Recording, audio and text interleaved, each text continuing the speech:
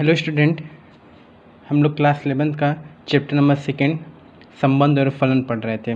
ठीक है, जिसमें हम लोगों ने प्रश्नावली 2.1, 2.2, 2.3 को सॉल्व किया था। ठीक है, इसमें जितने भी बेसिक कंसेप्ट थे हमने उसे देखा था। अब इस वीडियो में हम लोग विविध उदाहरण को सॉल्व करते हैं। वेरी इंपॉर्टेंट उदाहरण है जिसको हम लोग को ध्यान से देखना है। फर्स्ट उदाहरण नंबर 18 क्या है? मान लीजिए कि R वास्तविक संख्याओं का समुच्चय है। ठीक है, मान लीजिए कि R वास्तविक संख्याओं का समुच्चय है। एक वास्तविक फलन f such that R to R को fx बराबर x प्लस 10 द्वारा परिभाषित कीजिए और इस फलन का आलेख खींचिए। ठीक है, आपको एक फलन दिया है fx बराबर x प्लस 10। ठीक है, और फलन है कैसा? R टू R, मतलब वास्तविक संख्या में ही परिभाषित है। ठीक है, तो हमें इसका आलेख खींचना है, मतलब ग्राफ बनाना है।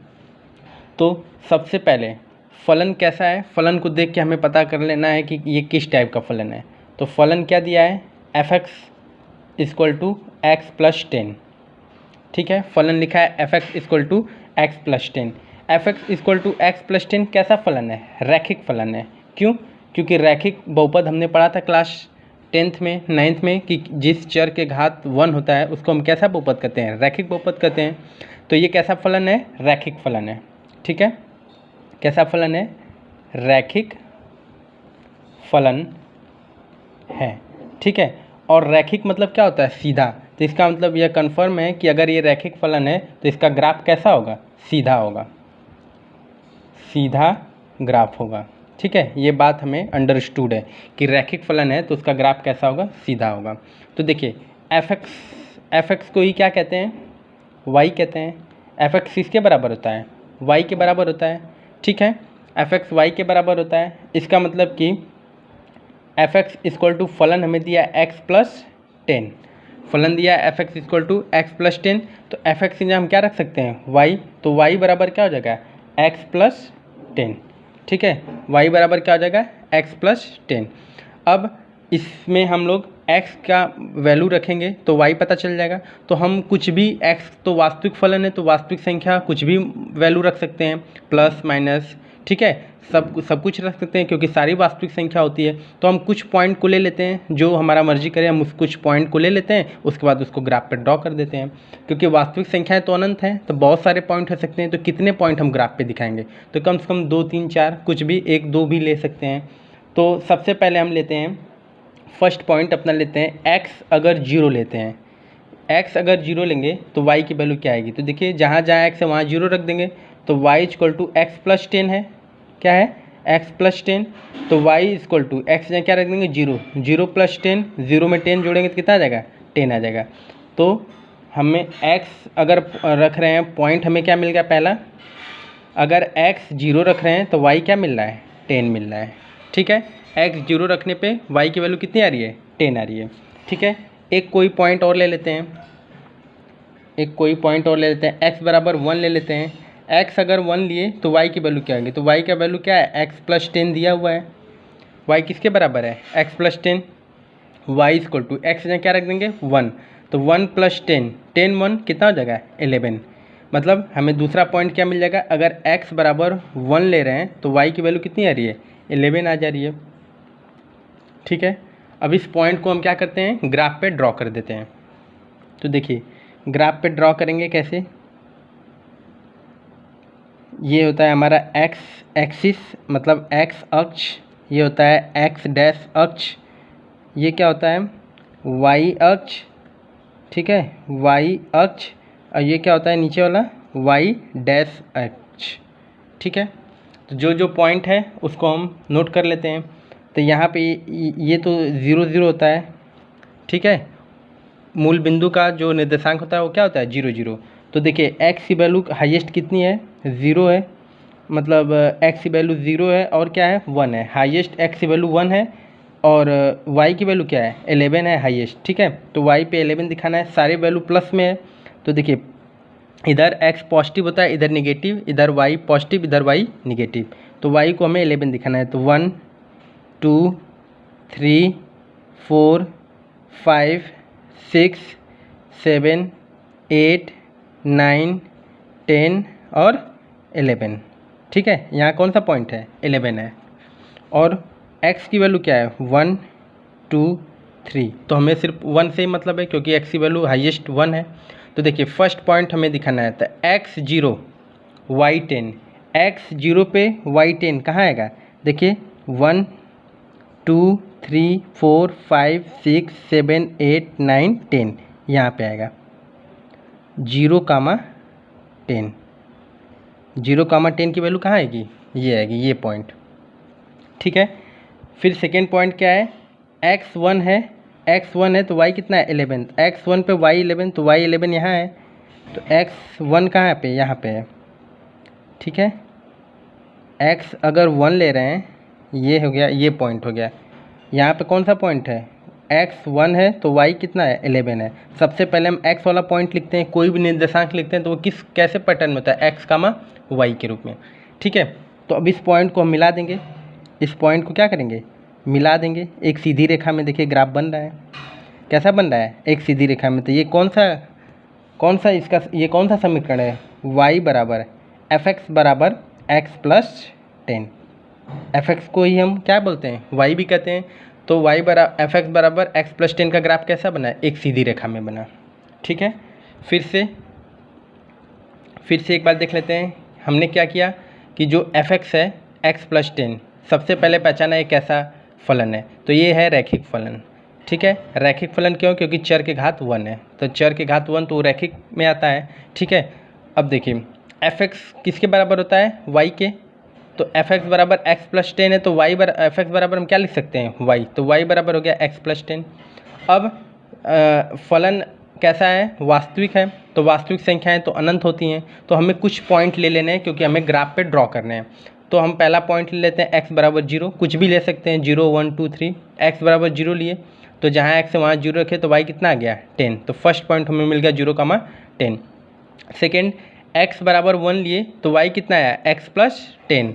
ठीक है, x बराबर 1 लिए तो y कितना आ गया, x प्लस 10, तो x फिर से 1 रखे तो y बराबर कितना आ गया, 11, तो दूसरा पॉइंट हमें मिल गया 1, 11। ठीक है, 1, 11। अब इस पॉइंट को हमें ड्रॉ करना है, तो x0 y 10, तो यहाँ मिल गया फर्स्ट पॉइंट, इसी एक्सिस पे मिल जाएगा, y एक्सिस पे, x0 y 10 इस y एक्सिस पे ही मिल जाएगा। फिर दूसरा पॉइंट क्या था, x1, तो x1 यहाँ है 1 2। ठीक है, y11, तो y11 यहाँ हमने किया था, लास्ट वाला पॉइंट क्या था, 11, तो ये यहाँ पे आ जाएगा। ठीक है, तो ये कौन सा पॉइंट हो गया, 0 1, 11। अब इस पॉइंट को, इन दोनों पॉइंट को हम आपस में मिला देंगे, तो ये कैसी रेखा दिख रही है, एक सीधी रेखा दिख रही है। कैसी रेखा दिख रही है, सीधी रेखा। तो fx बराबर x प्लस 10 रैखिक फलन का जो ग्राफ होता है वह कैसा होता है, सीधा होता है।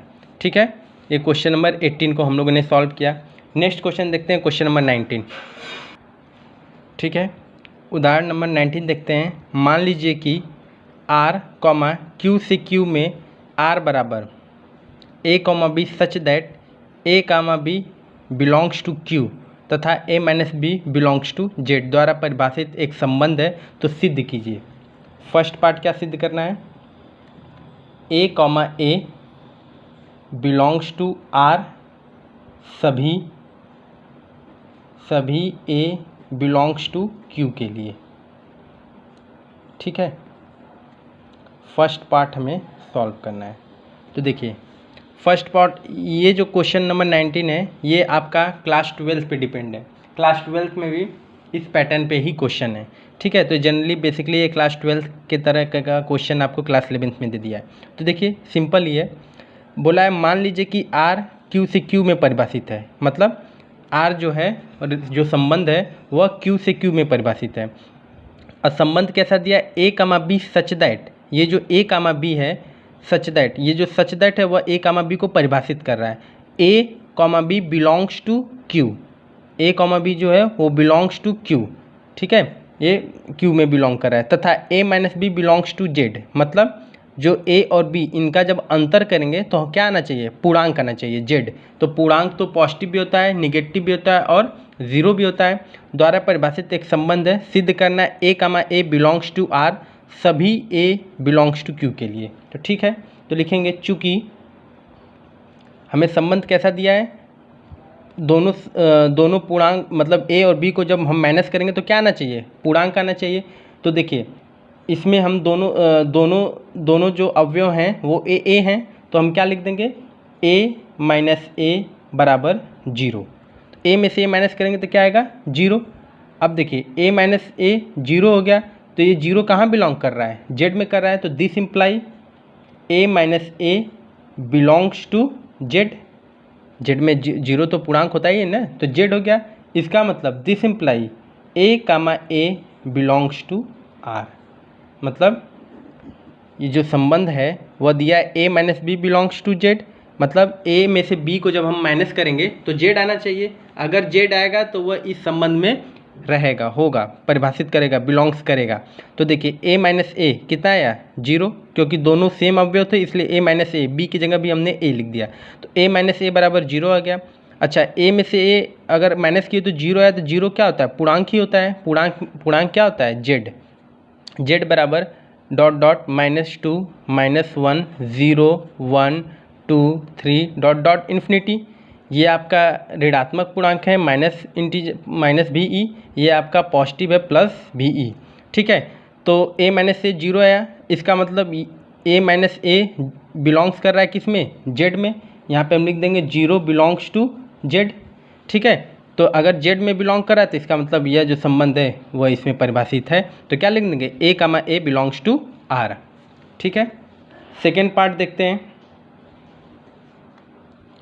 सेकेंड पार्ट क्या दिया है, A comma B belongs to R का तात्पर्य, A comma B belongs to R का तात्पर्य है कि B comma A belongs to R है। ठीक है, हमें देखना है कि ए कामा बी अगर आर में बिलोंग कर रहा है तो इसका तात्पर्य क्या है, B comma A also belongs to R. ठीक है, तो पहले जो ज्ञात है उसको हम लिख लेते हैं। तो हमें क्या ज्ञात है, ज्ञात है A comma B belongs to R, ये हमें दिया हुआ है।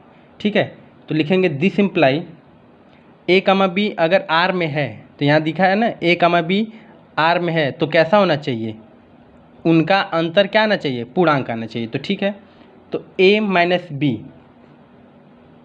बी सपोज करते हैं ए में से बी को हम सब्ट्रैक्ट किए तो कोई हमें पूर्णांक मिल गया, कुछ भी मान लेते हैं के। ठीक है, के कोई पूर्णांक है जिसको हम लिख सकते हैं के बिलोंग्स टू जेड। ठीक है, अब यहाँ ए माइनस बी, अब यहाँ पे हमने क्या किया, माइनस को कॉमन लिया, तो यहाँ क्या हो जाएगा, बी माइनस ए बराबर क्या हो जाएगा, के ही रहेगा। ठीक है, तो यहाँ पे अगर माइनस हटाएंगे तो क्या हो जाएगा, बी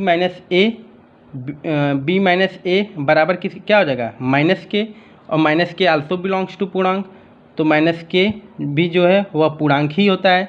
इसका मतलब कि बी माइनस ए भी पूर्णांक आया, ए माइनस बी भी पूर्णांक है, तो हम क्या लिख सकते हैं, यहाँ से इसको क्रमित युग में लिखेंगे तो B comma A belongs to R. इस तरीके से ये संबंध परिभाषित हो गया। फिर से ए comma B belongs to R है।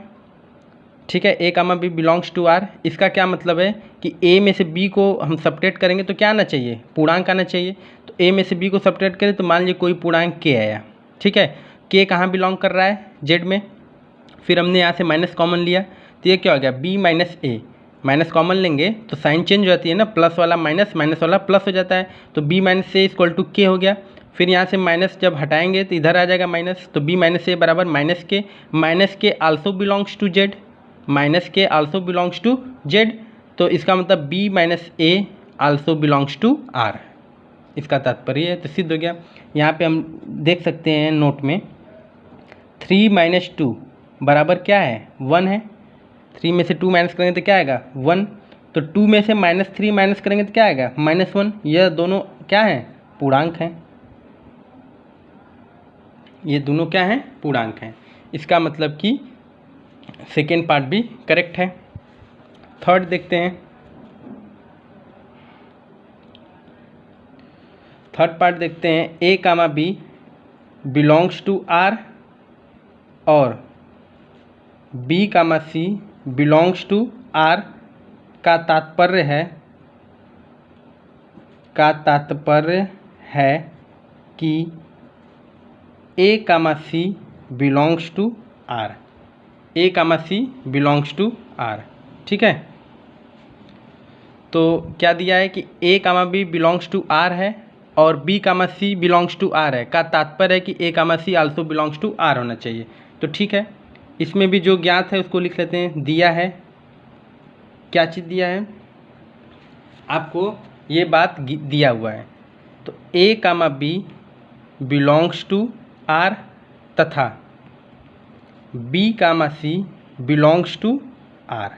ठीक है, अच्छा ए कामा बी अगर आर इस संबंध में बिलोंग करेगा तो इनका अंतर क्या आना चाहिए, पूर्णांक आना चाहिए। तो this imply A minus be also belongs किस में करेगा, जेड में।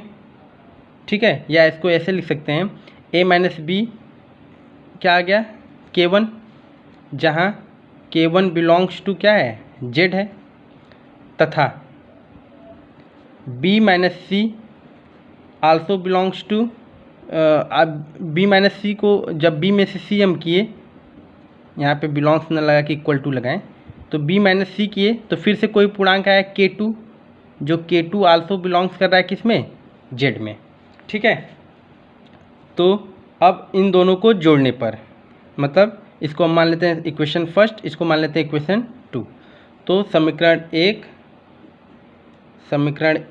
व समीकरण 2 को जोड़ने पर, समीकरण 1 व समीकरण 2 को जोड़ने पर। ठीक है, तो समीकरण 1 व समीकरण 2 को जोड़ने पे this imply A minus b plus b minus c बराबर K1 plus K2, K1 comma K2 also belongs to क्या, जेड ही है, पूर्णांक ही है। तो देखिए a minus b plus b minus c, b से बी कैंसिल हो गया। ठीक है, तो क्या हुआ ए माइनस सी, इसका भी अंतर क्या है, K1 प्लस K2, पूर्णांक ही आया। यहाँ पे लिख देंगे K1 K2 also belongs to Z. इसका मतलब क्या हो गया कि this imply A minus C also belongs to क्या हो गया, जेड। ठीक है, मतलब ये जेड ही है, तो हम क्या लिख सकते हैं, this imply A minus C also belongs to R. इसका मतलब ए माइनस सी जो है इस संबंध में परिभाषित है, इस संबंध में है। ठीक है, तो ये बेसिकली क्लास 12 का क्वेश्चन था, जिसमें हम लोग क्लास 12 में जाएंगे तो कंसेप्ट पढ़ेंगे तुल्यता संबंध को दिखाना। तो जब तुल्यता संबंध की बात आती है तो हम सबसे पहले स्वतुल्य दिखाते हैं, सममित दिखाते हैं और संक्रामक दिखाते हैं। ठीक है, तो इसको क्लास 12 का जनरली एक क्वेश्चन है बेसिकली, तो यहाँ पे भी हम लोगों ने देख लिया, 12th में जाएंगे तो और अच्छे से क्लियर हो जाएगा। ठीक है, नेक्स्ट उदाहरण देखते हैं, उदाहरण नंबर 20। ठीक है, उदाहरण नंबर 20 क्या है, यदि f बराबर 1,1 2,3 0,-1 -1,3। ठीक है, ये देखिए फलन क्रमित युग में रोस्टर फॉर्म में दिया हुआ है। किस फॉर्म में दिया है, रोस्टर फॉर्म में। जेड से जेड में एक रैखिक फलन है, तो fx का मान हमें बताना है। ठीक है, एक रैखिक फलन है तो जिसमें हमें fx की वैल्यू बतानी है, fx क्या है। हर बार fx दिया रहता था, इस बार fx ही पूछ दिया है। और फलन हमको किस में दिया है, रोस्टर फॉर्म में दिया है। तो हम इसको नोट कर लेते हैं, जो फलन है वो किस फॉर्म में है, 1,1 2,3 0,-1 -1,-3। यह किस फॉर्म में है, क्रमित युग में रोस्टर फॉर्म, रोस्टर रूप में। ठीक है, ये जो फलन है किस रूप में दिया है, रोस्टर रूप में दिया है। ठीक है, तो सबसे पहले जो दिया है उसको लिख लेते हैं। तो क्या ज्ञात है आपको, ज्ञात है, ज्ञात क्या है, fx दिया है कि fx एक रैखिक फलन है। रैखिक फलन को इंग्लिश में कहते हैं लीनियर फंक्शन, लीनियर फंक्शन। ठीक है, fx एक रैखिक फलन है, अतः जब fx एक रैखिक फलन होगा तो रैखिक फलन का स्वरूप क्या होता है, fx बराबर ax प्लस बी। ये हमने 9th में भी पढ़ा है, 10th में भी पढ़ा है। इसको इक्वेशन नंबर क्या मान लेते हैं, फर्स्ट मान लेते हैं कि f(x) एक रैखिक फलन है। तो f(x) द्वारा क्या होता है, ax प्लस बी। रैखिक फलन मतलब क्या होता है, जिस चर के घात एक होता है उसको रैखिक फलन कहते हैं। ठीक है, अब इसमें क्या करते हैं हम कि कोई इसमें से 2 3 कोई भी पॉइंट उठा लेते हैं, या एक दो पॉइंट भी उठा लेते हैं। कोई भी 2 पॉइंट उठा के इस वैल्यू में, इस f(x) में रखते हैं। ठीक है, इस f(x) में रखते हैं कोई भी 2 पॉइंट उठा के, उनसे हमें एक इक्वेशन मिलेगा। ए बी की जब वैल्यू निकल आएगी तो उस ए बी के वैल्यू का मान हम समीकरण 1 में रख देंगे तो हमें f(x) फलन पता चल जाएगा। ठीक है, तो कोई भी वैल्यू इसमें से उठा लीजिए, मान लीजिए फर्स्ट वाला ही उठा लीजिए। तो फर्स्ट वाला उठाया 1,1। तो देखिए ध्यान रखिएगा कि कोई भी अगर क्रमित युग में या कुछ में भी लिखा है तो वो x, y के रूप में लिखा होता है। किसमें, x, y। तो पहली वैल्यू जो होती है वो x बराबर होती है, x बराबर 1 और y बराबर क्या है, इसमें 1 दिया है। ठीक है, x बराबर 1 और y बराबर क्या दिया है, 1 दिया है। ठीक है, तो x तथा y का मान समीकरण 1 में रखने पर, तो इस वैल्यू को उठा के हम इक्वेशन फर्स्ट में रख देते हैं। तो लिखेंगे x तथा y का मान समीकरण 1 में रखने पर। ठीक है, जो x और y का वैल्यू है उसको हम इक्वेशन नंबर फर्स्ट में रख देते हैं। तो क्या हो जाएगा, देखिए अच्छा आपको पता है कि f(x) किसके बराबर होता है, y के बराबर होता है। f(x) को ही हम क्या कहते हैं, y कहते हैं। f(x) को ही y कहते हैं। तो हम यहाँ पे लिख सकते हैं y बराबर ax प्लस b। ठीक है, तो y की जगह क्या रख देंगे, 1 बराबर a की जगह तो a ही रहेगा, x की जगह क्या रख देंगे 1 b। तो 1 बराबर a प्लस b।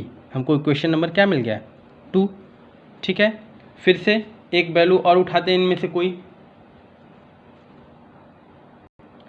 से कोई वैल्यू फिर से उठा लेते हैं कोई भी। ये 0 वाला देखिए आसान है, 0 वाला रखेंगे तो वैल्यू एक 0 हो जाएगी। तो 0,1 उठा लेते हैं, 0,-1। फिर से इसमें x की वैल्यू क्या है 0 और y की वैल्यू क्या है -1। पहला वाला x होता है, दूसरा वाला y होता है। तो अब इस 0 x और y की वैल्यू फिर से इस इक्वेशन फर्स्ट में रख देते हैं। लिखेंगे x तथा y का मान समीकरण 1 में रखने पर, समीकरण 1 में रखने पर, x और y का मान समीकरण 1 में रखने पर। तो समीकरण 1 क्या है, इक्वेशन नंबर फर्स्ट क्या है, y बराबर ax प्लस बी था। ठीक है, f(x) को ही क्या कहते हैं, y। तो y बराबर क्या रख देंगे, यहाँ पे y की जगह -1 रख देंगे, इंटू a इंटू x की जगह क्या रख देंगे 0 प्लस b। तो यहाँ आ जाएगा -1, a में 0 का मल्टीप्लाई करें तो 0 प्लस b। तो -1 बराबर क्या आ जाएगा b। तो b का मान हमें कितना मिल गया, -1। इस b का मान उठा के हम समीकरण नंबर 2 में रख देते हैं तो a की वैल्यू आ जाएगी। तो लिखेंगे b का मान समीकरण 2 में रखने पर, b का मान समीकरण 2 में रखने पर। समीकरण 2 क्या था, 1 बराबर समीकरण 2 क्या था देख लीजिए, समीकरण 2 क्या था, 1 बराबर a प्लस बी, 1 बराबर a प्लस बी। तो 1 रहने देते हैं, a की जगह क्या रख देते हैं, a का मान तो निकालना है, b की जगह क्या रख देते हैं -1। ठीक है, तो 1 बराबर a प्लस -1, -1 इधर आ गया तो क्या आ जाएगा +1। तो a की वैल्यू कितनी आ जाएगी, a बराबर 2 आ जाएगा। a का मान और b का मान उठा के किस में रख देते हैं, समीकरण नंबर फर्स्ट में। तो लिखेंगे a तथा b का मान समीकरण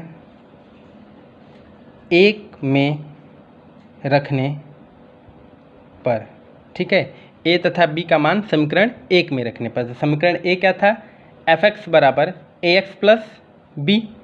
ठीक है, तो a की जगह क्या रख देंगे 2 इंटू एक्स प्लस b की जगह क्या रख देंगे, b की वैल्यू क्या है -1। तो यहाँ आ जाएगा 2x प्लस माइनस। तो f(x) की वैल्यू क्या आएगा 2x - 1। ये कैसा फलन है, रैखिक फलन है, रैखिक फलन, जिसको इंग्लिश में कहते हैं लीनियर फंक्शन। क्या कहते हैं, लीनियर फंक्शन। इस तरीके से हमारा एग्जाम्पल नंबर 20 भी सॉल्व हो गया। ठीक है, नेक्स्ट उदाहरण देखते हैं। उदाहरण 21। उदाहरण 21 क्या दिया है? फलन f(x) बराबर x² plus 3x plus 5 upon x² minus 5x plus 4 ऐसा फलन दिया हुआ है का प्रांत ज्ञात कीजिए।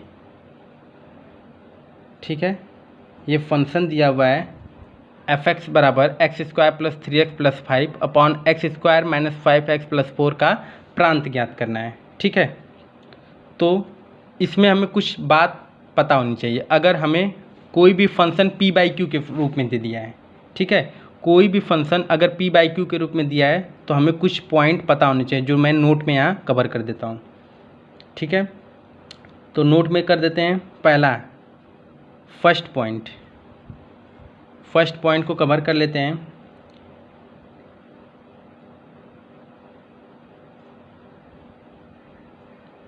ठीक है, तो फर्स्ट पॉइंट लिख देते हैं। किसी संख्या के बटे, किसी संख्या के बटे, इसको अपॉन भी कहते हैं। ठीक है, मतलब बटे मतलब हर में। ठीक है, किसी संख्या के बटे या इसको क्या कह सकते हैं? हर। ठीक है, किसी संख्या के बटे या हर में कोई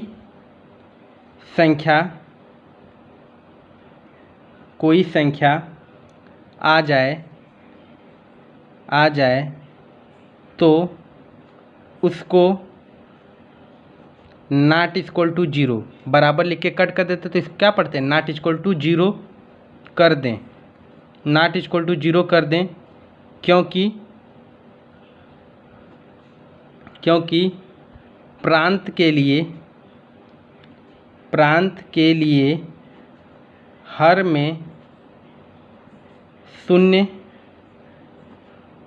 शून्य नहीं हो सकता।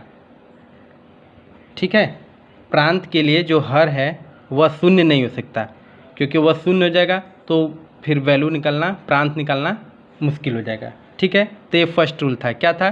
किसी संख्या के हर या बटे में कोई संख्या आ जाए तो उसको नॉट इक्वल टू 0 कर दें, क्योंकि प्रांत के लिए हर में शून्य नहीं हो सकता। ये रूल 1 था।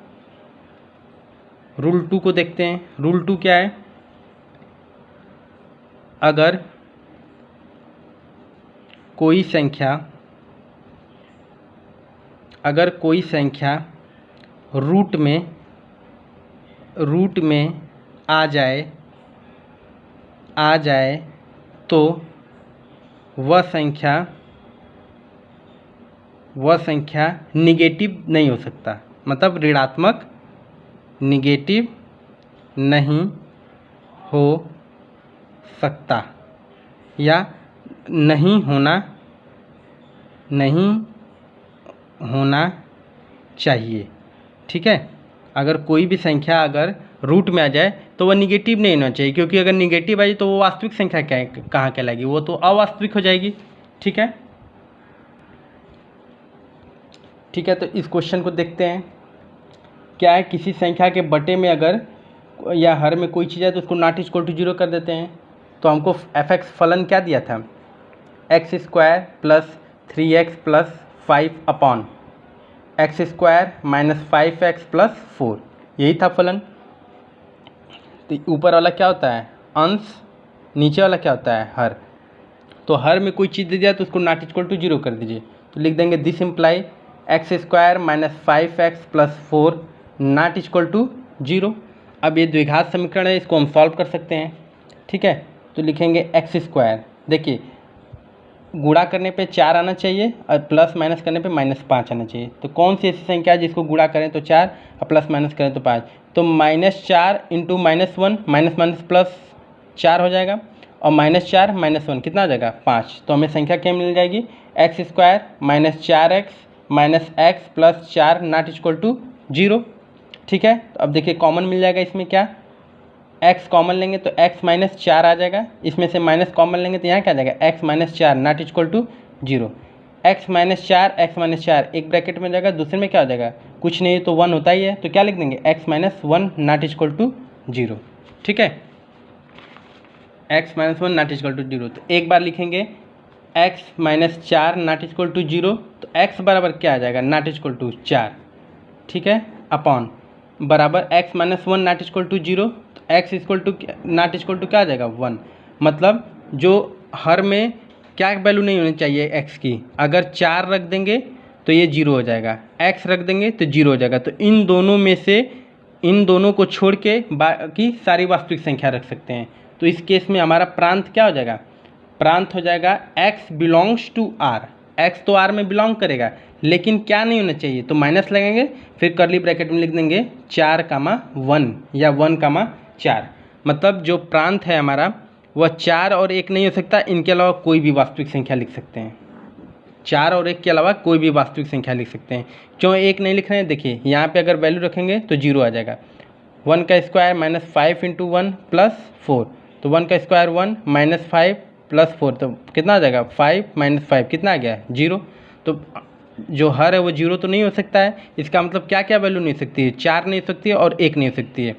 4 और 1 को छोड़ के बाकी पूरी वास्तविक संख्या हो सकती है। ठीक है, तो हमें ये इम्पॉर्टेंट नोट अगर पता रहेगा तो हम कोई भी क्वेश्चन को सॉल्व कर लेंगे। ठीक है, तो ये बात हमें पता होनी चाहिए। क्या चीज़, फिर से किसी संख्या के हर में कोई संख्या आ जाए तो उसको नॉट इक्वल टू 0 कर दें, क्योंकि प्रांत के लिए हर में शून्य नहीं हो सकता है। ठीक है, पहला रूल है। दूसरा रूल क्या है, अगर कोई संख्या रूट में आ जाए तो वह संख्या निगेटिव नहीं होनी चाहिए। अगर संख्या निगेटिव हो जाएगी अंडर रूट में माइनस, तो ये तो अवास्तविक संख्या है, तो यहाँ पे ये गलत हो जाएगा। इसलिए ये दो बात अगर हमें पता है तो हम कोई भी क्वेश्चन सॉल्व करेंगे। इस पर विविध प्रश्नावली में क्वेश्चन है। ठीक है, ठीक है, लास्ट उदाहरण देखते हैं, उदाहरण नंबर 22। उदाहरण नंबर 22 क्या दिया है, फलन एफ एक्स बराबर 1 माइनस एक्स कब, जब x की वैल्यू 0 से छोटी है। x बराबर 0 पे y का वैल्यू क्या है 1 है। x जब 0 से बड़ा है तो उस केस में क्या होगा x प्लस 1 होगा। द्वारा परिभाषित एक फलन है, तो f(x) का आलेख खींचिए। ठीक है, तो इसे ध्यान से देखना है। सबसे पहले हम फलन को लिख लेते हैं। तो फलन f(x) क्या दिया है, जब 1 माइनस एक्स होगा, यह कब होगा, जब x की वैल्यू 0 से छोटी है। ठीक है, y का मान 1 कब होगा, जब x बराबर 0 रखेंगे। तो x बराबर 0 रखेंगे तो y कितना आएगा 1 आएगा। ठीक है, जब x 0 से बड़ा है तो उस केस में x प्लस 1 हो जाएगा। ठीक, तो इसको ध्यान रखना है हमें। तो देखिए सबसे पहले, अच्छा x बराबर x की वैल्यू हम क्या नहीं रख सकते 0। क्यों नहीं रख सकते, क्योंकि x पे 0, x अगर 0 है तो y की वैल्यू 1 दिया, तो जो पॉइंट दिया होता है उसको छोड़ के पॉइंट हम रखते हैं, वो पॉइंट को नहीं रखते हैं, उनके अलावा रखते हैं। तो देखिए x की वैल्यू 0 से छोटी, तो 0 से छोटी तो सारे निगेटिव नंबर को ले लेते हैं। ठीक है, सारे निगेटिव नंबर को ले लेते हैं। तो इसको हम लिखेंगे, जब x लेस देन 0 हो तो f(x) बराबर क्या है 1 माइनस एक्स। तो x की वैल्यू क्या हो सकती है, कुछ भी ऋणात्मक में मान ले सकते हैं, -1 -2 -3 -4 डॉट डॉट अनंत, क्योंकि अनंत संख्याएं हैं तो अनंत हो सकती है, लेकिन हम कुछ ही वैल्यू ले लेते हैं। ठीक है, तो देखिए, तो फलन हमें क्या दिया है, f(x) बराबर 1 माइनस एक्स है। ठीक है, f(x) बराबर 1 माइनस एक्स है, कब, जब x की वैल्यू 0 से छोटी है। तो देखिए f(x) बराबर 1 माइनस एक्स। ठीक, तो f अगर हम x जगह क्या रखते हैं -1 रखते हैं, तो देखिए 1 माइनस -1, तो f -1 पे 1 माइनस माइनस क्या हो जाएगा प्लस, तो f -1 पे ये वैल्यू कितनी आ गई 1 1 2 आ गई। ठीक है, 1 1 कितनी आ गई 2। उसके बाद फिर f -2 रखने पे कितना आया, तो 1 माइनस -2, तो आ जाएगा ये माइनस माइनस +2 कितना आ जाएगा 3। f -2 पे जो y की वैल्यू आई है कितनी 3 आई है। ठीक है। और वैल्यू ले लेते हैं एफ माइनस क्या लिए, 1 ले लिए, 2 ले लिए, -3 ले लेते हैं। तो एफ -3 पे 1 -3 तो क्या हो जाएगा, देखिए 1 माइनस प्लस कितना हो गया 4। एफ -3 पे y की वैल्यू कितनी आई है, 4 आई है। एफ -4 ले लेते हैं, तो एफ -4 पे फिर से क्या बचेगा 1 एक्स क्या रख देंगे -4, तो यह जाएगा 1 माइनस प्लस, तो 4 1 5। तो एफ -4 पे y की वैल्यू कितनी आई है, 5 आई है। ठीक है, ये पॉइंट हमें मिल गया। अब दूसरी वैल्यू क्या ले लेते हैं हम, x जब 0 से बड़ा है, x जब 0 से बड़ा है तो वो किस में लाई करेगा, x+1 वाले में, तो इस वैल्यू को भी ले लेते हैं। ठीक है, तो अगला लिखते हैं जब x बड़ा है किससे, 0 से, तो fx बराबर क्या कौन सा फंक्शन है, x+1 में लाई करेगा। तो यहाँ पे x की वैल्यू क्या आ जाएगी 1 2 3 4। 0 क्यों नहीं लेंगे, क्योंकि 0 पे 1 पहले से फिक्स दिया हुआ है। ठीक है, तो f1 पे निकाल लेते हैं, fx बराबर x+1। तो f पहले 1 पे देखते हैं, तो 1 x की जगह 1 रखें तो 1+1 कितना आ जाएगा 2। तो f1 पे जो वैल्यू आई है वो कितनी आएगी 2। ठीक है, उसी तरीके से f2 पे निकाल लेते हैं, तो 2 + 1 कितना हो गया 3। f2 पे जो y की वैल्यू आई है कितनी आई है 3 आ गई है। ठीक है, नेक्स्ट वैल्यू रखते हैं f3, तो x यहाँ 3 रखेंगे तो 3 + 1 कितना आ जाएगा 4। तो f3 पे वैल्यू कितनी आ गई है 4। f4 पे चेक कर लेते हैं, तो f4 पे x यहाँ क्या रखेंगे 4 + 1 कितना आ जाएगा 5। तो f4 पे कितनी वैल्यू आ गई 5। ठीक है, अब ये जो वैल्यू आई है इन सब को हम ग्राफ पे प्लॉट कर देते हैं। ठीक है, तो इधर निर्देशांक बना लेते हैं।